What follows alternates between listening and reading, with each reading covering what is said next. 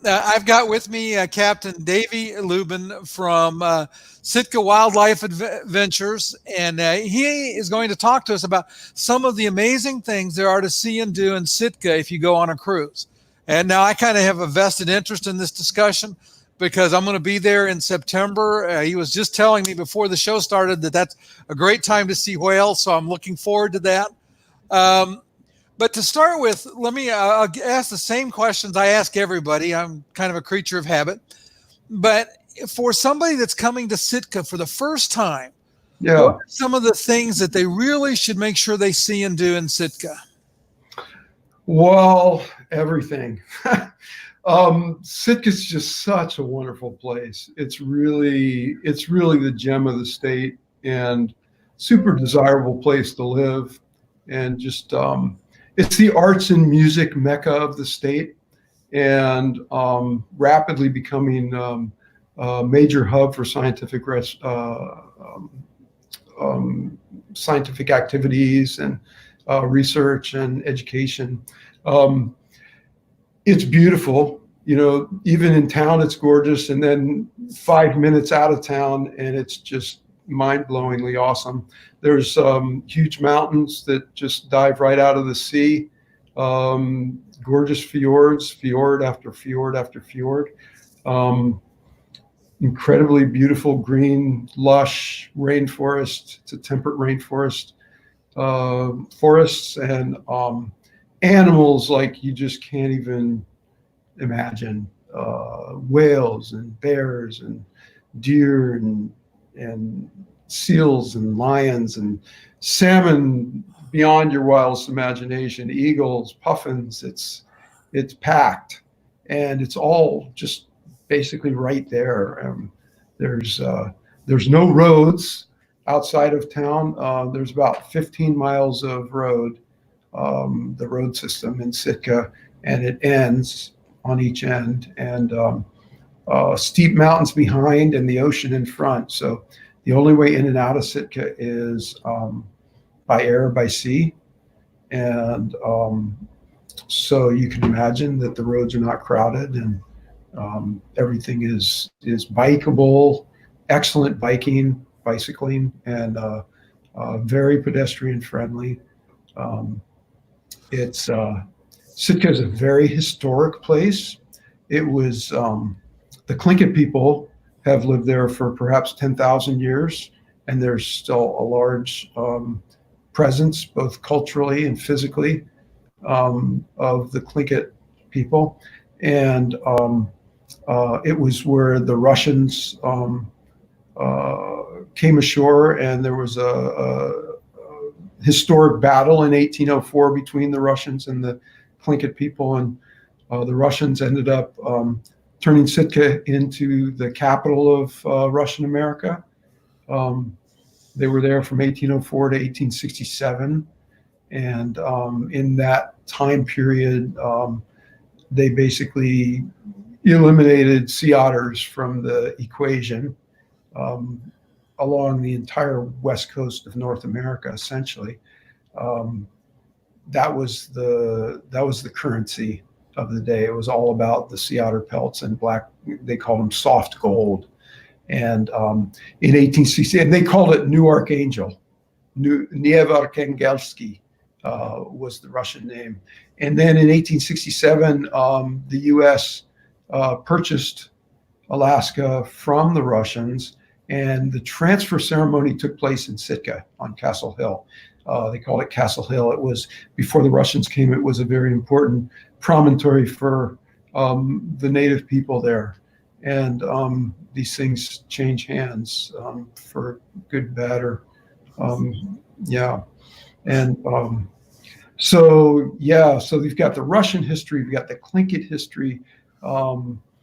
There's a beautiful national park right downtown, Sitka National Historic Park, which is about a 10-minute walk along a beautiful seawalk from where the cruise ship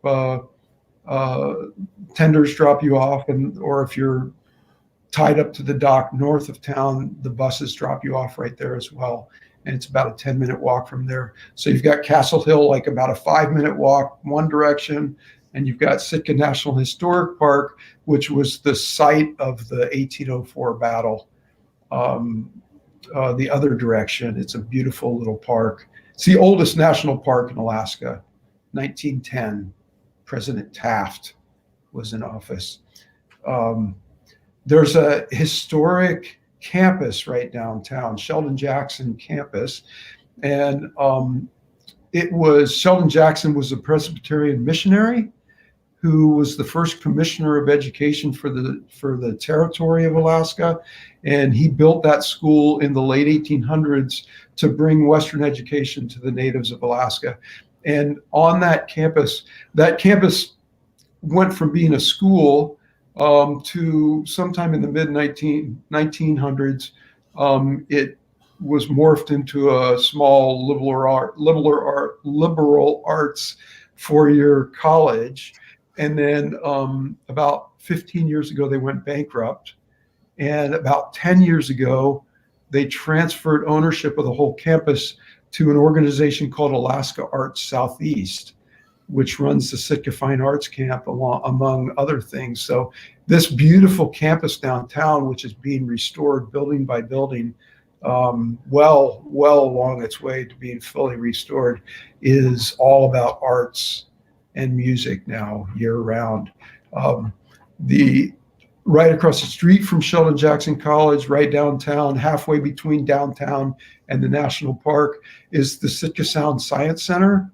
And that was a building, part of the school and then part of the college. It was the Marine Sciences building for the college. And now it's a private nonprofit science center and science education organization. And they also offer tourism there as well. They have a hatchery. It was a permit #1 hatchery in the state of Alaska, salmon hatchery. And it's a research hatchery and education hatchery now. So if you come at a certain time of the year, like,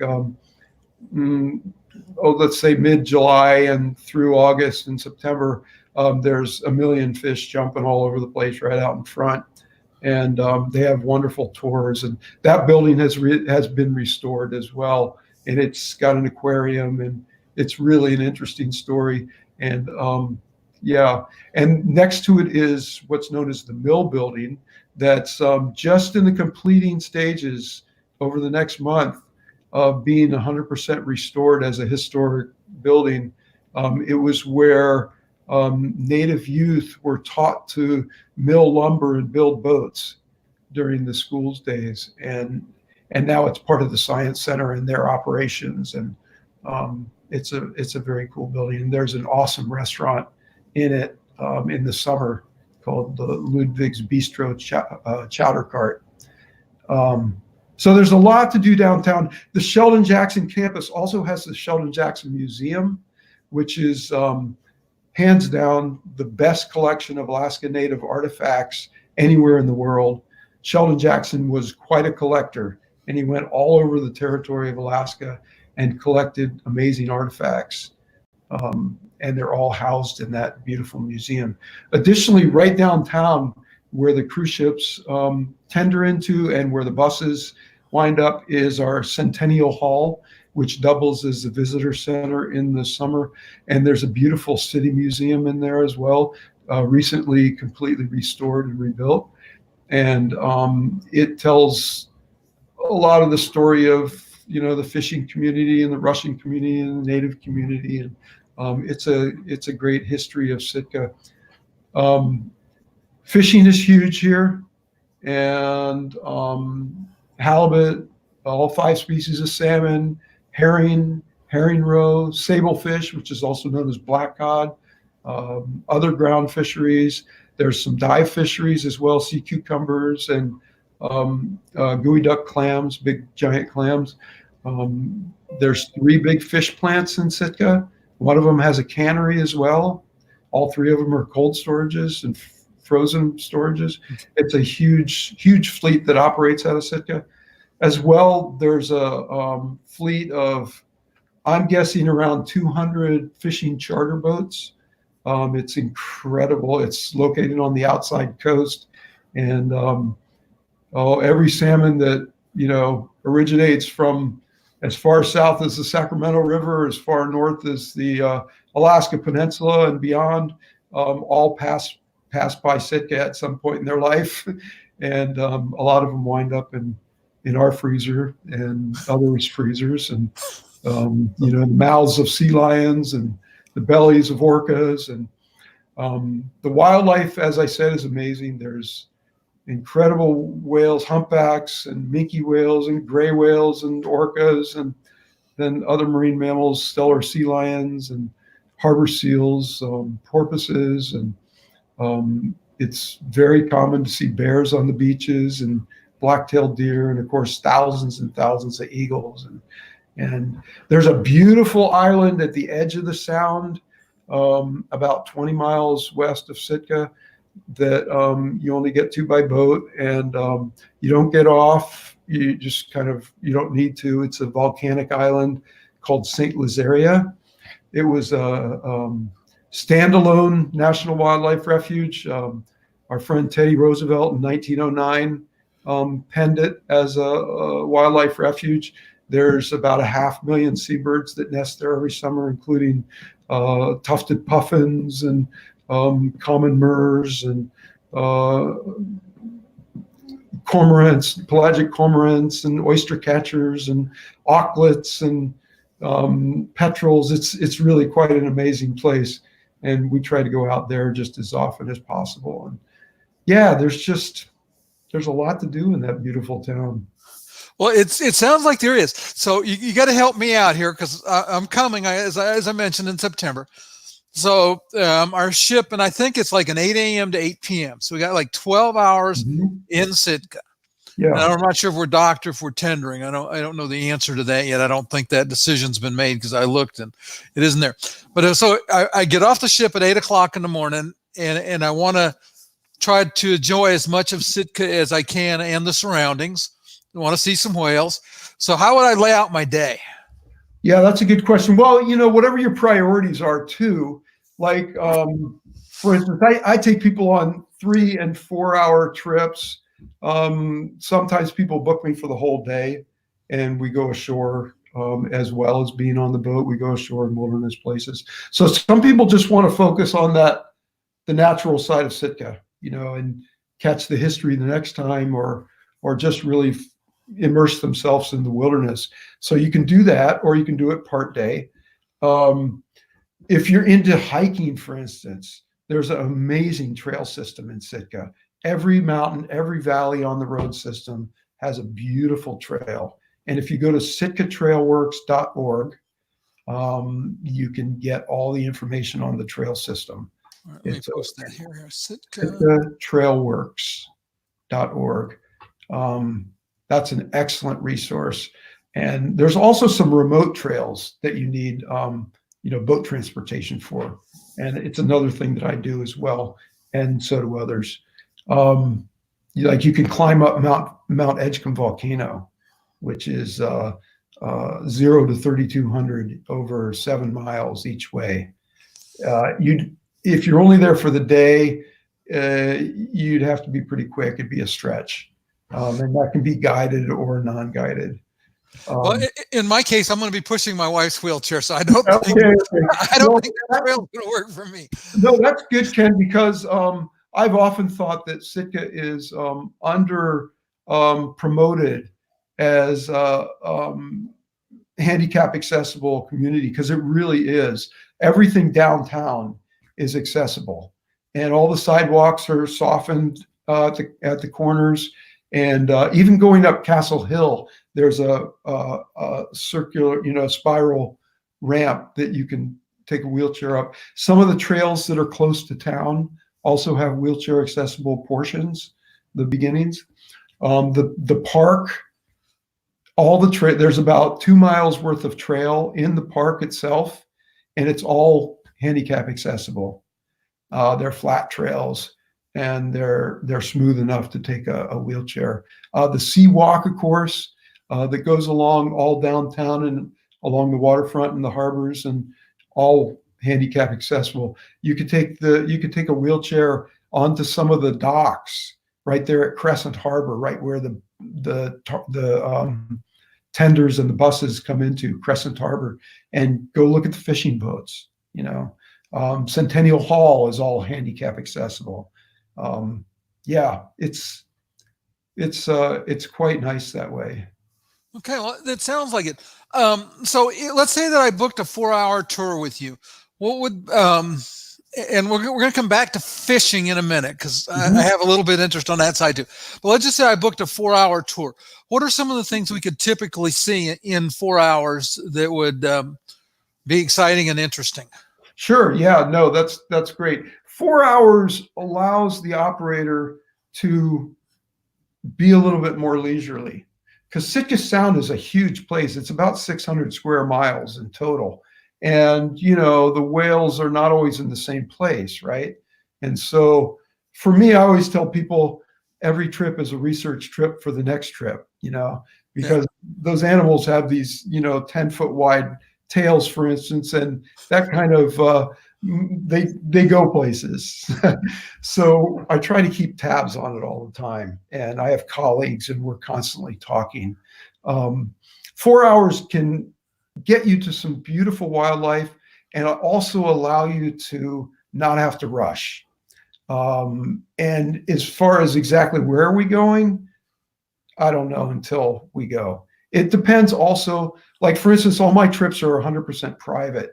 And so they're all tailored to that particular group or family. And, some people have less tolerance of the ocean than others. So we might go into some of the inside waters and go to, places that are a little more subdued, and in that case, we'll look for bears. And, not necessarily be out with the whales, not go to St. Lazaria Island to see the puffins. It just depends. It's a big place. And it also depends on the winds of the day or lack of winds, and the seas of the day or lack of seas, and also the stages of the tide, especially if it's somebody's booked an all-day trip and we're going to go ashore, that compounds the logistics. And so we work with the tides, and there's a million different places we can go, and you just never know. Okay, so for let's say that, for example, bear. I know that the bear are going to be where the salmon are. I'm going to be there in September, so we'll talk about early September. Mm-hmm. Is that a good time of year to be able to find bear somewhere in the Sitka area? Will they be feeding in close to town? Yeah, sometimes. I mean, bears are hit or miss, and I would say probably the absolute best time, highest probability to see bears is in May, because they're out on the beaches. The salmon haven't started running yet. They're eating sedges and grasses in the flats, and that's when it's easiest to see them for the boat. If you're in a boat and you're near a stream and the bear is just around the bend up the stream catching fish, you might not see it. There are places where we go and we see bears, fishing, but they're hit or miss. There is a bear, they call it a bear sanctuary. It's kind of a bear zoo in Sitka as well. And a lot of people do like to go see that. That's a van ride or a bus ride or a designated tour out to that. That's called Fortress of the Bear. And there's also, I failed to mention, a really beautiful first-class raptor rehabilitation center. And it's called the Alaska Raptor Center, and it's world-class. They have a flyway, and a lot of folks that are touring, they go to that as well. And you can get to that by walking through the park to the other side of the park and cross the street, and there you are. So even that is pretty close. Okay, so for the Bear Center, you said that's a van ride or something. Do you have like a taxi service that can carry a wheelchair, or in my case, what would be the best shot at trying to go out and to see the bears up close? Yeah, there's several outfits that take people out there on tours, and I'm sure that if you asked, they would provide wheelchair accessibility with their vans. I'm sure that each company has at least one van that's has a lift. Okay. Yeah. All right. So now let me go back to my my other question. Let's say I wanted to go fishing in September. Yeah. What's going to be available, and what might the fishing be good for? Yeah. So most of the charter operators, by the time the 1st of September rolls around, they hang up their rods. I think I'm pretty positive that the company that contracts with the cruise ship, with the cruise ships, um, so you'd buy it on your ship through Right. your ship. They keep going through the charters, through the cruise season, which is now it's even into the beginning of October. Yeah. So by that time of the year, there's still a lot of cohos around, silver salmon, and they get pretty fat by around September as well. And you could probably also catch halibut. But keep in mind when September rolls around, sometimes the weather rolls around as well. Yeah. And stormy. Although if you're lucky, you're going to get just a beautiful fall day.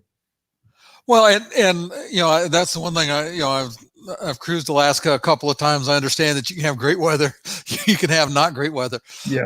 It was interesting. We came south from Seward last year, and Anchorage was cold and rainy. Seward was cold and rainy. Hubbard Glacier was cold and rainy, and the rest of the cruise was bright, sunny. You couldn't ask for better weather. We went out, took my granddaughter halibut fishing, not catching, halibut fishing. Yeah. In Icy Strait Point, and the water was like glass. Yeah, it was beautiful. Yeah. Yeah. Yeah, it can be, and that's a good point, Ken, is you never know what you're going to get. And we always tell people, whether they're my clients or, our visitors, our personal visitors, just plan on rain and wind. And if you get something else, then, it was a good day. Yeah. Yeah. And like I said, probably offline, I'll get back in touch with you, because I do want to get something set up for when we're up there. I'm taking a small group, so I've got to check with some people and see what they're interested in. I think that more than likely not fishing, but probably some sightseeing, and again, depending on the weather. Yeah.